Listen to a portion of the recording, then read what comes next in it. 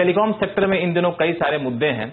कभी कहा जा रहा है कि साइबर स्वराज की संकल्पना पे एक तरह से सीमाएं बांधी जा रही, हमला हो रहा है। कभी कहा जाता है कि जो स्पेक्ट्रम की नीलामी काफी ज्यादा हुई है उससे मोबाइल के चार्जेस काफी ज्यादा हो जाएंगे। दूसरी तरफ टेलीकॉम सर्विसेज की क्वालिटी में लगातार गिरावट आ रही है। इन सारी समस्याओं से कैसे जूझेंगे हम, इस पर बातचीत करने के लिए हमारे साथ हैं TRAI के चेयरमैन राहुल खुल्लर सर। आपका स्वागत है सर CNBC आवाज में। सबसे पहले तो ताजा मुद्दा से पर बात करें, जो अभी कुछ कंपनियों ने जो कुछ समझौते किए हैं दूसरी कंपनियों के साथ, ऐसे वक्त में किए हैं जब आपने नेट न्यूट्रलिटी को लेकर कंसल्टेशन पेपर जारी किया है। अंतिम कानून अभी तक नहीं बना है। अंतिम कानून बनने से पहले कंपनियां इस तरह समझौते करने शुरू कर दी हैं। आपको लगता है ये ऐसा करना सही है? दरअसल बात यह है कि आज की तारीख में ना कोई पब्लिक पॉलिसी है नेट न्यूट्रलिटी पे, ना सरकार की, ना अथॉरिटी की, और ना कोई कानून है। इस माहौल में अगर आप कुछ करेंगे तो रोक कैसे लगाएंगे जब आपके पास कानूनी पावर ही नहीं है? तो अथॉरिटी होनी चाहिए ना किसी को, किसी चीज को रोकने के लिए, तभी आप कुछ कर सकते हैं। दूसरी बात, जो कंसल्टेशन हमने शुरू किया आज की बात नहीं है, ये अगस्त के सन 2014 से हमने शुरू की है। बात चर्चा शुरू कर दी थी कि ये समस्या बनने जा रही है, क्या करें हम। और अब कंसल्टेशन पेपर इसलिए लगाया कि देखिए आप और हम डिबेट तो करें कि क्या करना चाहिए क्या नहीं करना चाहिए। एक और लोग हैं जो बिल्कुल नेट न्यूट्रलिटी चाहते हैं, दूसरी ओर लोग हैं टेलको को कहते हैं नहीं साहब इससे हमारा नुकसान होता है। और इन दोनों एक्सट्रीम पोजीशंस में कोई मिडिल ग्राउंड, मतलब बीच का रास्ता निकल जाए, चाहे इस ओर ज्यादा हो चाहे उस ओर ज्यादा हो, पर बीच का कोई रास्ता निकल जाना चाहिए जिसमें ये सहमति प्राप्त हो जाए कि साहब ये सब काम बिल्कुल मना है, ये नहीं कर सकते आप, और ये ठीक है छोटे मोटे चीजें हैं ये करने देंगे आपको। तो जैसे कि मिसाल के तौर पे आजकल जीरो रेटिंग कहते हैं, इसमें वो कर क्या रहे हैं कि देखिए गरीब इंसान को, उसके पास पैसे नहीं है तो डेटा के लिए पैसे नहीं दे सकता, तो ये इंटरनेट प्रोग्राम इन्होंने क्या शुरू किया है कि भाई फेसबुक और ये बड़े बड़े लोगों के साथ टेलीकॉम को पैसा वो दे देती है और वो कंज्यूमर को मुफ्त में टेलीकॉम एक्सेस दे देते हैं, इंटरनेट एक्सेस दे देते हैं। तो ये जैसे ऐसे प्रोग्राम कईयों ने शुरू किए। अब मेरे को बताइए, यदि ये सच में गरीब आदमी को जो इंटरनेट से वाकिफ ना हो उनको दे रहे हैं और उनको डेटा नहीं चार्ज कर रहे हैं, तो कोई खास बुरी बात तो नहीं है। हाँ, ये बात है कि ये नेट न्यूट्रलिटी ब्रीच करती है। मैं इसलिए इसमें मिसाल दे रहा हूं कि अब ऐसे मुद्दे पे आप क्या मतलब विवाद करेंगे, आप इस ओर जाएंगे या इस ओर जाएंगे, ये मैं फैसला नहीं कर सकता। ये पब्लिक डिबेट होगी, आपके व्यूज आएंगे, उसके बाद हम फैसला करेंगे। इसमें तीन बातें आपने बड़ी अहम बातें कही। पहली बात कि मुफ्त में जो इंटरनेट चार्जेस देने के काबिल नहीं है, कंज्यूमर सक्षम नहीं है, उनको हम मुफ्त में इंटरनेट मुहैया करा रहे हैं। इसको हम कैसे गलत मान लें? इसका मतलब ऐसा करना आपके हिसाब से कंज्यूमर के हित में है? मेरे हिसाब से छोड़िए, बड़े बड़े देशों में ये स्कीम लागू है, कोई इसको रोक नहीं लगाता। और मेरा मतलब कहने का मतलब ये नहीं था कि मैंने फैसला कर लिया कि ये सही है या गलत। नहीं, फैसला आपकी राय में जानना चाहता हूं। मेरी राय ये है कि देखिए, जब ऐसी स्कीम आपको सामने आएगी आप क्या करोगे? आप ये करोगे कि नहीं साहब ये नेट न्यूट्रलिटी ब्रीच हो रहा है तो मैं ये करने नहीं दूंगा, या आप ये कहोगे ठीक है करने दूंगा पर कुछ लागू, मतलब कुछ कदम रोक लगाऊंगा ताकि ये एक्चुअली सिर्फ उनको पहुंचे जो इंटरनेट से वाकिफ ना हो, जिनका कोई फायदा हो। ऐसा नहीं होना चाहिए कि टेलको किसी particular over the top operator को खास फायदा दिखा रहा है, उनको आगे बढ़ा रहा है। मतलब बिल्कुल आपकी चॉइस तो आपकी होनी चाहिए ना। ये सीमाएं काफी धुंधली हैं, इसको सीमा को आप बात समझ गए। ये बिल्कुल ये सीमाएं बहुत very fine lines, and it's बहुत मुश्किल है कि एक इंसान अचानक अपने आप फैसला कर ले कि मैंने ये करना है। तो ये चीज सोच समझ के करनी है। अगस्त से हम सोचे जा रहे हैं, पेपर बड़ी सोच समझ के निकाला है।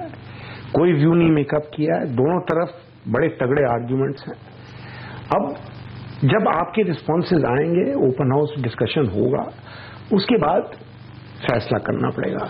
यदि आप अखबारें पढ़ें, एक बात बार बार दोहराई जा रही है कि और कुछ हो ना हो, TRAI को कुछ रेगुलेशन लाना चाहिए। मैं इस बात से सहमत हूं कि कोई रूल्स, कोई ट्रांसपेरेंट रूल्स तो लाने हैं। सरकार करती है, ट्राई करती है, ये मेरे को कोई फर्क नहीं पड़ता, पर सिटीजन होने के नाते मेरे को ये हौसला होना चाहिए कि जो नियम या लागू किए जा रहे हैं ट्रांसपेरेंट है, सबको पता है क्या कर सकते हो, क्या नहीं कर सकते हो, ताकि ना टेलको कर सकता है कि आपसे कोई पैसे लूट रहा है, ना नेट न्यूट्रलिटी वाले कहें कि साहब ये बहुत ज्यादा ज्यादती हो रही है। तो ये बैलेंस कैसे स्ट्राइक करना है, ये हमारी ठीक है। मैं आपकी बात बिल्कुल समझ गया। आपका कहना साफ है कि अभी हम कुछ कर नहीं सकते हैं क्योंकि हमारे पास कोई कानून नहीं है। अगर बंद करना चाहे, मान लिया जाए, तो किस आधार पर उसको हम रोक लगाएंगे। लेकिन एक देखा जाए कि जब कोई कानून रेगुलेटर बनाने जा रहा है, हम उस कानून के बनने से पहले हम ऐसी चीजें ले आए, प्लान लेकर के आए जो हो सकता है कानून का समर्थन ना करे। मैं आपकी बात से सहमत हूं। ऐसा करना चाहिए कि नहीं करना चाहिए? नहीं, मेरे विचार में होना नहीं चाहिए था, क्योंकि जब मामला पब्लिक स्पेस में आ गया है, कंसल्टेशन पेपर जारी कर दिया है, अब 1 महीने में कमेंट्स देने, उसके बाद आप सबको अच्छी तरह पता है 15-20 दिन में मैं OSD करा देता हूं, उसके महीने में फैसला कर देते हैं। तो मुश्किल से मेरे ख्याल से अभी 2-2.5 महीने में तो कुछ ना फैसला हो ही जाएगा। तो आप उतनी देर रुक सकते थे। अब मानो आप नहीं रुके, तो मैं क्या करूं? मतलब कुछ हद तक तो मेरी भी पावर की सीमा होती है ना, मैं कुछ कर सकता हूं, नहीं कर सकता हूं। बाकी हम देख रहे हैं, वो मामला विचाराधीन है कि जो ये प्रोग्राम्स जारी किए जा रहे हैं और इंट्रोड्यूस कर रहे हैं, कई ऑपरेटर्स ने इंट्रोड्यूस किए हैं, ये एग्जिस्टिंग रेगुलेशंस के ब्रीच तो नहीं है। अच्छा, इसकी जांच आप कर रहे हैं? मैं ये जांच अलग करा रहा हूं। उसमें मैं आपको इस समय बता नहीं सकता, क्योंकि कम से कम इतना अगर बता सकें कि इस बारे में अंतिम फैसला, अंतिम निर्णय तक आप कब तक पहुंच जाएंगे इस जांच में? की बात, ये जो दूसरी बात है, इसमें मेरे ख्याल से 10-15 दिन और लग जाएंगे। नया मुद्दा को लेकर के जो कंज्यूमर को काफी ज्यादा चिंता है, सरकार की झोली तो काफी ज्यादा बढ़ती हुई दिख रही है स्पेक्ट्रम की नीलामी की वजह से, लेकिन इसका एक सीधा सा असर कंज्यूमर की जेब पर पड़ने की संभावना जताई जा रही है। वो है कॉल रेट महंगा होने का संभावना है। स्पेक्ट्रम की नीलामी जब खत्म हुई तो उसके बाद वहां पे मंत्री जी का बयान आया और उन्होंने कहा कि 1.3 पैसे प्रति मिनट कॉल रेट बढ़ने की संभावना, बढ़ने की गुंजाइश दिख रही है इस स्पेक्ट्रम की ज्यादा नीलामी की वजह से।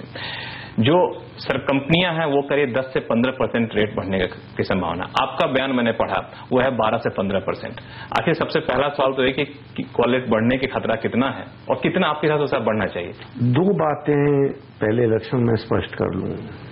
एक तो हमने टैरिफ नहीं कैलकुलेट किया, दाम क्या बढ़ेगा नहीं बढ़ेगा ये हमने सिर्फ इतना कैलकुलेशन किया है कि इस नीलामी से इतना कॉस्ट बढ़ेगा। अगर उतना कॉस्ट बढ़ेगा तो पर मिनट कॉस्ट कितना बढ़ जाता है टेलको के लिए, ये सवाल हमने पूछा। इसका जवाब सीधा साधा है, वो है 6 से 7 पैसा पर मिनट, और इसमें गलती की गुंजाइश नहीं है। लेकिन आपकी सरकार जो मेरी बात सुन लीजिए पहले, सरकार का जो कैलकुलेशन है उसमें कैपिटल कॉस्ट नहीं है। अगर कैपिटल कॉस्ट नहीं है तो एक्यूरेसी क्या है उसकी? हमने 15% सूत लगा के कैलकुलेट किया है। अगर आप 20% लगाओगे तो और भी बढ़ेगा। मानो टेलको हो, कहां से स्पेक्ट्रम खरीद रहे हो? अपने पैसे थोड़ी डाल रहे हो, बैंक से पैसे लेके डाल रहे हो। बैंक मुफ्त में तो पैसा नहीं दे रहा आपको। 15%, कहीं 18, कहीं 20, पता नहीं क्या चार्ज करेगा। हमने 15 करके एस्टिमेट किया और ये 6 से 7 कहीं नहीं गया, इतना ही होगा।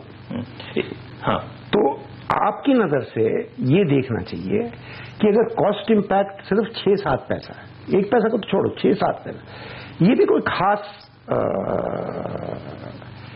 कॉस्ट इंक्रीज नहीं है। और ऐसे कॉस्ट इंक्रीज को अगर रिकवर भी करना है तो कॉर्पोरेट्स जो हैं, टेलकोस जो हैं, वो एक झटके में तो करेंगे नहीं।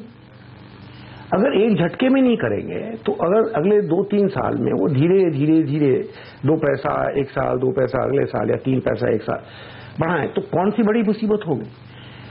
आज की तारीख में आपका हेडलाइन टैरिफ 1 रुपया है, मतलब जब आप कोई वाउचर लेते हो या पोस्टपेड लेते हो आप 1 रुपये देने को तैयार है। होता क्या, आपको मुफ्त की कई चीजें दे देते हैं, इसलिए आपको एक्चुअली करीब 50 पैसे नहीं देने पड़ते। मानिए आप 50 पैसे दे रहे हो और वो अगर 3 पैसे बढ़ भी गया इस साल, कौन सा ज्यादा नुकसान हुआ। मामला मैं इसलिए आपके पास सामने रखना चाह रहा हूं कि देखिए हम यहां पर कॉस्ट वर्कआउट कर सकते हैं एक्यूरेटली।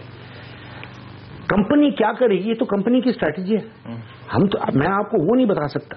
बिल्कुल, हम आपसे अपेक्षा भी नहीं रखेंगे, आप बताएं।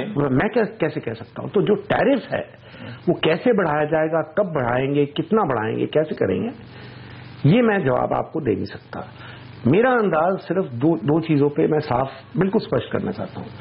6-7 पैसा से कुछ ज्यादा कॉस्ट नहीं है और ये आसानी से वसूल की जा सकती है। दूसरा, कोई भी कॉर्पोरेट एक झटके में नहीं करेगा, देखते जाइए, धीरे धीरे करेंगे। लेकिन इसका एक दूसरा इफेक्ट हम ये भी देखते हैं, जो आप कह रहे हैं कैसे कम कॉस्ट ना भी बढ़े और लोगों कंपनियों घाटा भी ना हो। इसका एक दूसरा नजरिया ये भी कि जो फ्रीबीज आप देते रहते हैं, कई सारे ऑफर देते हैं, उसको हम खत्म कर ले, इसकी संभावना नहीं बनती। वही हाँ, और लेकिन कंपनियों की सेहत के हिसाब से देखें, क्योंकि कंपनियों का सेहत अच्छा रहे ये बहुत जरूरी है, आर्थिक सेहत उनकी अच्छी रहे।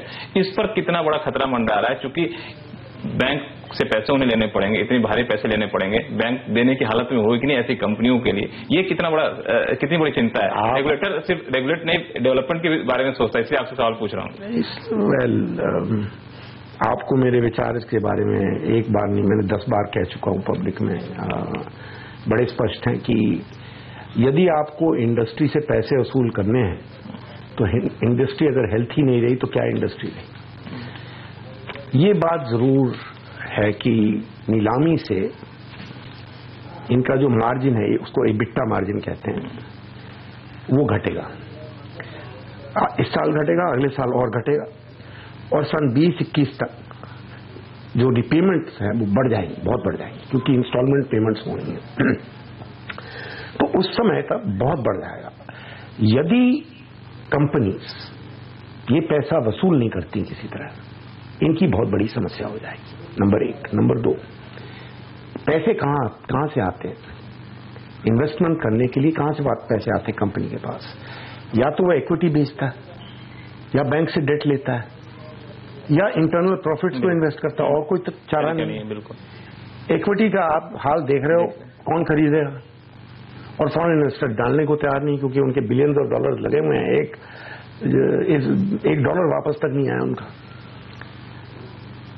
डेट का बैंकों में ये हालत है, यहां तक इतने गहरे पानी में, तो वो अब कब तक आपको लोन पे लोन दिए जाएंगे।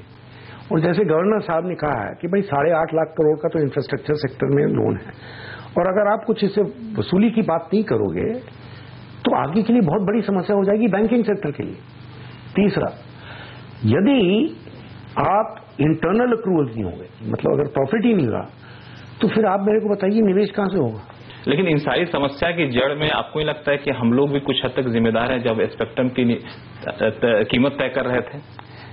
अब मैं इस मामले में जाना नहीं चाहता, जो फैसले हो गए, सरकार सॉवरेन है, सरकार ने फैसले कर दिए, नीलामी हो गई, मामला बीत गया। अब जो हो गया, होना था हो गया।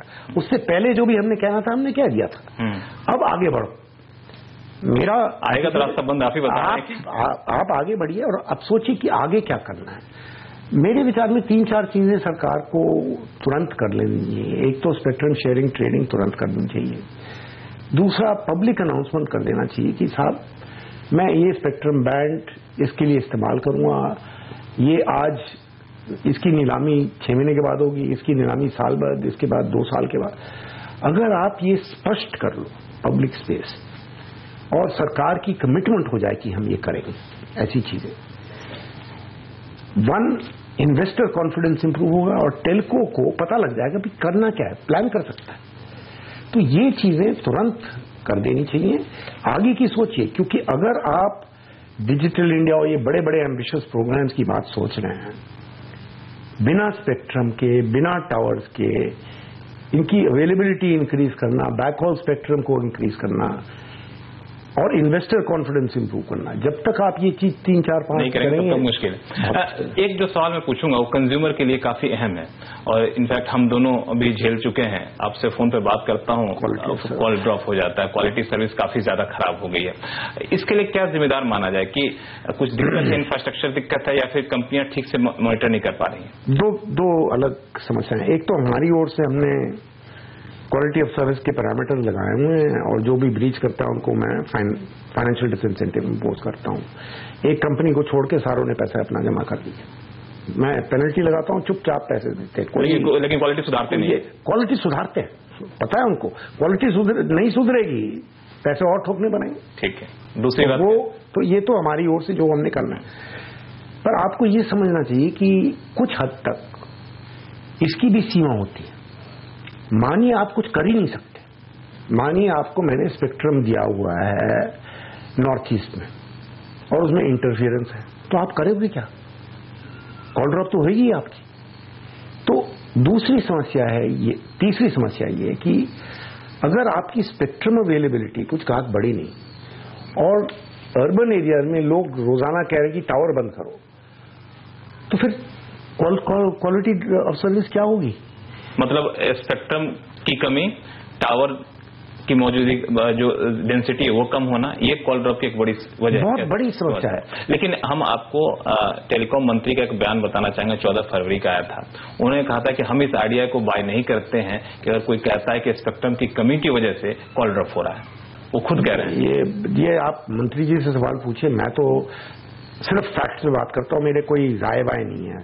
फैक्ट नंबर 1, हिंदुस्तान में अगर आप कंपेयर करो किसी भी देश से, हमारा स्पेक्ट्रम 40% है उसके मुकाबले में। मतलब आप जर्मनी को लो और कर्नाटक को लो, बराबर का, ठीक है, ठीक, आबादी है, एरिया है, सब एक है। ठीक। कर्नाटक में अगर जर्मनी में 100 है, कर्नाटक में 40। ठीक है, मान लिया कि देश देखते हुए चीन और हिंदुस्तान आबादी बराबर, वहां चीन से हिंदुस्तान में आधा से कम स्पेक्ट्रम। लेकिन आपको लगता है सर कोई रास्ता है जो क्वालिटी ऑफ सर्विस सुधारा जाए कि अभी बेबस है, हम कुछ नहीं कर सकते? 3 चीजें करनी पड़ेंगी, वो मैंने बेंगलोर में भी कहा था, आपको भी कह दूंगा। इसमें सबकी पार्टनरशिप होनी पड़ेगी। एक, सरकार को स्पेक्ट्रम और रिलीज करना पड़ेगा और ये सोचना कि बहुत स्पेक्ट्रम है ऑलरेडी, ये उचित नहीं है। आप ये हिसाब लगाइए कौन सा एडिशनल स्पेक्ट्रम आज की तारीख ऑपरेटर के पास है जो सन 94-95 नहीं था। सिर्फ 2100 और कुछ तो नहीं। 94-95 से स्पेक्ट्रम की उपलब्धता बढ़ी ही नहीं, कुछ खास बढ़ा नहीं। अभी तो खरीदारी किसकी थी? नीलामी उसकी थी जो रिन्यूअल का था, वो तो सन 94 से इनके पास स्पेक्ट्रम बढ़ाना होगा। दूसरा तो दूसरा टावर, यदि आप कंज्यूमर और आप कहते हो कि मेरे नॉट इन माई बैकयार्ड, मेरे रूफटॉप पे नहीं करोगे, तो आप एक बात समझ जाइए कि अगर सब लोग यही कहने लग गए तो मोबाइल तो नहीं चल सकता। Mobile radio communication. हम तो आपको पैसे देते हैं बात करने के लिए, टावर लगाने के पैसे देते नहीं, आप तो हमें कुछ देते हो, तो मैं आपको इन्फॉर्मेशन मैं क्यों मुहैया कराऊं? नहीं लक्ष्मण, बात यह है कि यदि आप साइमल्टेनियसली ये कह रहे हो कि आपको मैं पैसे देने को तैयार हूं पर मैं टावर नहीं खड़ा करूंगा, तो फिर रेडियो कम्युनिकेशन कैसे होगी? हो ही नहीं सकती। कंज्यूमर को टावर लगाने की छूट देनी चाहिए। कंज्यूमर्स को भी थोड़ा बहुत आगे बढ़ना हो रहा है इस मामले पे, और इस पे हमने पेपर पिछले साल जारी किया है। कोई साइंटिफिक प्रूफ एस्टैब्लिश नहीं किया गया कि इससे कोई बीमारी होती है, ये होता है। तो कंज्यूमर्स की भी एजुकेशन होनी चाहिए और आगे बढ़ना चाहिए। तीसरा, स्टेट गवर्नमेंट्स का बड़ा अहम रोल है। उनको ये कहना पड़ेगा कि पब्लिक बिल्डिंग्स पे, मानो आपके घर पे आपने, मैं आपका माइंड नहीं चेंज कर सकता, तो आपने कहा मेरी छत पर नहीं लगा, ठीक है आप, पर पब्लिक जो गवर्नमेंट है, गवर्नमेंट स्कूल पे या गवर्नमेंट अस्पताल पे या कहीं पब्लिक लैंड पे, यहां पर टावर लगाने की क्या मुसीबत है? और यदि उससे क्वालिटी ऑफ सर्विस इंप्रूव होता है, बेहतर ही होगा। मेरा कहना संक्षिप्त में यह है कि आप इन तीनों को मिलकर कुछ करना पड़ेगा, तभी जाकर होगा। आखिरी सवाल सर आपसे पूछना चाहूंगा कि ऐसा क्यों हो रहा है कि TRAI की सिफारिशें जाती हैं, अंतिम फैसला मंत्रालय को लेना होता है, लेकिन मंत्रालय जो है कई मौके पे देखने को मिला TRAI की सिफारिशों से सहमत नहीं होता है। ये सैद्धांतिक असहमति है या फिर कुछ कम्युनिकेशन गैप हो रहा है? दिक्कत कहाँ है? कोई कम्युनिकेशन गैप नहीं है। मतलब जितने भी सिफारिशें हम भेजते हैं बिल्कुल स्पष्ट तरीके से लिखी जाती है, तो इसमें कोई शक ये शक आपको ये नहीं हो सकता कि आपको समझ नहीं आ रहा कि हम क्या कह रहे हैं या कंफ्यूज हो रहे हैं, वो तो बात है नहीं। ठीक। दूसरा, एक बात आपको बताऊं लक्ष्मण, देखिए जहां सरकार को तुरंत फैसला करना पड़ता फटाफट कर लेती। अब नीलामी करनी थी, प्राइस पे आपने फैसला कर दिया 10 दिन में, 15 दिन में, महीने में कर दिया। तो ये नहीं है कि फैसले नहीं होते, वहां जहां जरूरी है वो फैसले करा देते। अब सरकार है, हम तो अथॉरिटी है, उनका हक बनता है हमसे ओवररूल करें, उससे मेरे को कोई झिझक नहीं है, ठीक है करें। मुसीबत वो नहीं है, समस्या ये है कि यहां से कम पिछले 3 साल में इतने रिकमेंडेशंस गए, बोथ INB मिनिस्ट्री को भी और टेलीकॉम पे, कोई फैसला नहीं हुआ। 2-2 साल 2.5 साल बैठे हुए, कोई फैसला नहीं। क्यों? वो आप मेरे से क्यों पूछते हो, तो सरकार से पूछिए ना। लेकिन ये स्वस्थ स्थिति तो है नहीं ना, मेरे विचार में नहीं, ऐसा नहीं होना चाहिए। नहीं, ऐसा नहीं होना चाहिए। देखिए इन सेक्टर्स में टेक्नोलॉजी हर साल बदल रही है, इतनी रैपिडली चेंजिंग सेक्टर में आपको कोई सिफारिश भेजता है, अगर आप 3 साल उसका करते नहीं हो, उसका वैलिडिटी क्या रहता 3 साल के बाद? सही बात। तो जब तक मेरी गुजारिश आपके थ्रू अपने कस्टमर्स को, क्लाइंट्स को, सुनने वाले और सरकार को मेरी गुजारिश यही है कि जो भी करना है, हाँ करो ना करो, फैसला करो, फैसला जल्दी करो, फैसला जल्दी करो। ये हमको कोई ईगो की बात नहीं कि आपने हमारा रिकमेंडेशन को रिजेक्ट कर दिया या कुछ और, इससे कोई ईगो के इशू नहीं है। हमारा काम कुछ है, आपका काम कुछ और है। हमारा काम है सिफारिश देना, आपका काम है फैसला करना। हम अपना काम करिए, आप अपना काम कीजिए। बिल्कुल। बहुत बहुत शुक्रिया सर हमसे बात करने के लिए। नमस्कार।